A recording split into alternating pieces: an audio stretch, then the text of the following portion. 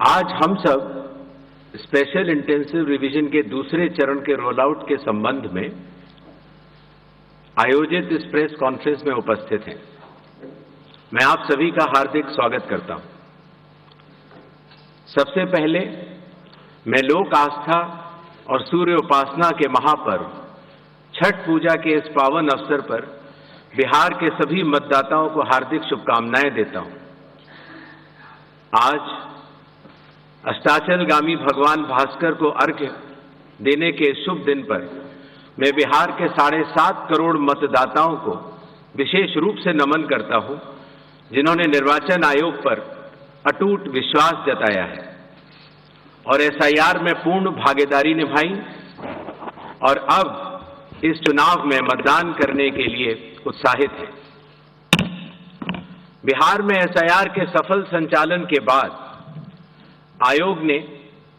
देश के सभी 36 मुख्य निर्वाचन अधिकारियों के साथ 2 महत्वपूर्ण सम्मेलन आयोजित किए। इन बैठकों में एसआईआर से संबंधित अनुभवों, तकनीकी प्रगति और भविष्य की दिशा निर्देशों पर भी व्यापक चर्चा की गई। पिछले एसआईआर की मतदाता सूची से मैनुअल भी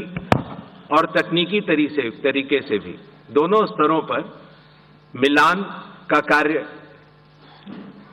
लगभग पूरा कर लिया गया है और इसके तैयारी के आधार पर अब चयनित राज्यों में एसआईआर का दूसरा चरण प्रारंभ किया जाएगा। याद रहे, एसआईआर का प्रमुख उद्देश्य है हर योग्य मतदाता को सूची में शामिल करना और अयोग्य को मतदाता सूची से हटाना। आइए अब पीपीटी के माध्यम से आपको विस्तार में एसआईआर के इस फेज 2 के बारे में बताते हैं।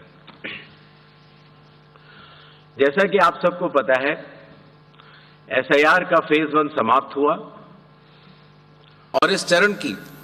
सबसे बड़ी खूबी यह रही कि बिहार के 7.5 करोड़ मतदाताओं ने बढ़ चढ़कर पार्टिसिपेट किया। 90,000 बीएलओस, सभी 12 राजनीतिक दलों के 1.6 लाख बूथ लेवल एजेंट्स, सब ने मिलकर मतदाता सूची को शुद्ध बनाने का कार्य किया और नतीजा आपके सामने है। 0 अपील्स, अर्थात बिहार की मतदाता सूची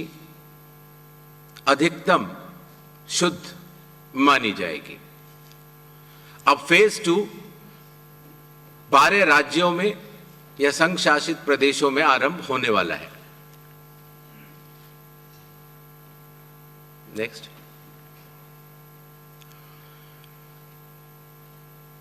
किसी भी मतदाता के लिए जो उसकी अर्हताएं हैं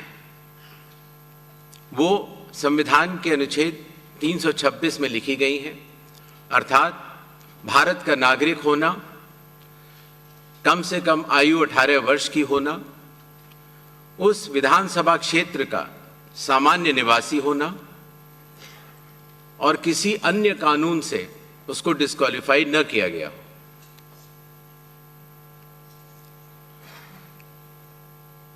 एसआईआर की आवश्यकता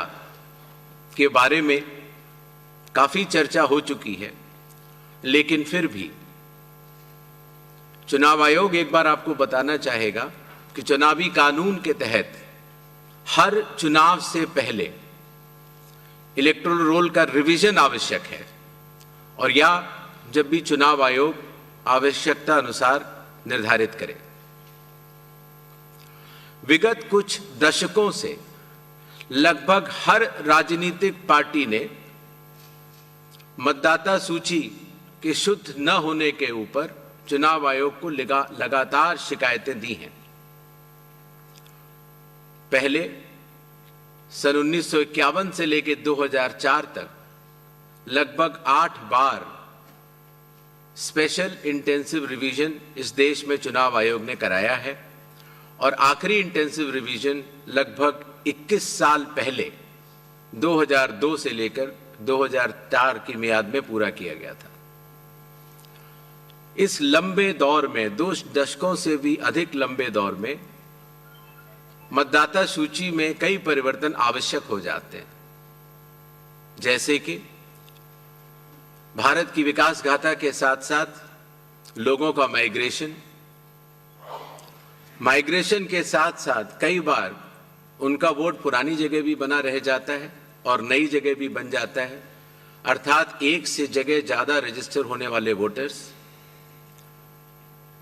कई बार किसी की डेथ होने के बाद भी उसका नाम न हटाया जाना या गलती से किसी भी विदेशी नागरिक का नाम मतदाता सूची में आ जाना। इन चारों कारणों की वजह से चुनाव आयोग ने निर्णय लिया कि पूरे देश में चरणबद्ध तरीके से SIR कराया जाए और इसकी पहली कड़ी बिहार आपके सामने समाप्त भी हो चुकी है और बड़े सफलतापूर्वक लोगों ने चुनाव आयोग पर विश्वास भी जताया है। SIR करते समय एक बहुत बड़ी संख्या में चुनावी कर्मी चुनाव आयोग के साथ कंधे से कंधा मिलाकर काम करते हैं। आपको पता होगा कि लगभग हर 1000 वोटर के ऊपर एक पोलिंग स्टेशन औसत तौर पर हो जाता है। हर पोलिंग स्टेशन पर एक सरकारी कर्मचारी बूथ लेवल ऑफिसर के तौर पर कार्य करता है। एक विधानसभा क्षेत्र में 300 या 400 के बीच में लगभग पोलिंग स्टेशंस होते हैं और हर विधानसभा क्षेत्र में एक इलेक्टोरल रजिस्ट्रेशन ऑफिसर होते हैं, वो भी सरकारी कर्मचारी होते हैं और SDM के स्तर के होते हैं और उनके अंडर में ये सारे BLOs कार्य करते हैं। इलेक्टोरल रजिस्ट्रेशन ऑफिसर को सहायता करने के लिए assistant electoral officer registration officers भी होते हैं, जो कि लगभग हर तहसील में एक या उससे अधिक होते हैं। ERO एक सब डिविजनल मजिस्ट्रेट के लेवल का अधिकारी होता है, जिसकी कानूनी जिम्मेदारी होती है कि वो मतदाता सूची ड्राफ्ट तैयार करे, जनमानस से मिले हुए क्लेम्स एंड ऑब्जेक्शंस को रिसीव करे और उनके ऊपर एक निर्णय ले और उसके बाद एक फाइनल मतदाता सूची प्रकाशित करे। ERO के इस निर्णय के बाद, अर्थात फाइनल मतदाता सूची प्रकाशित करने के बाद, अगर किसी भी सिटीजन ऑफ इंडिया को, उस विधानसभा क्षेत्र में रहने वाले किसी भी मतदाता को अगर कोई भी अपील करनी हो तो वो उस जिले के जिला अधिकारी के पास कर सकता है और अगर वह जिलाधिकारी के निर्णय से भी असंतुष्ट हो तो उस राज्य के चीफ इलेक्टोरल ऑफिसर के पास अपनी सेकंड अपील दायर कर सकता है। यह मैं इसलिए आपको बता रहा हूं कि बिहार में सभी राजनीतिक दलों के साथ मिलकर जब SIR हुआ, उसके बाद जो जिला मजिस्ट्रेट्स के पास अपील आई 38 जिलों में, वह 0 थी। अर्थात ERO और इलेक्टर्स ने मिलकर और बूथ लेवल एजेंट्स ने मिलकर बहुत ही अच्छा काम किया।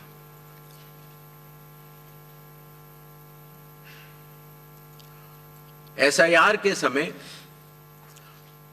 EROs और AEROs मिलकर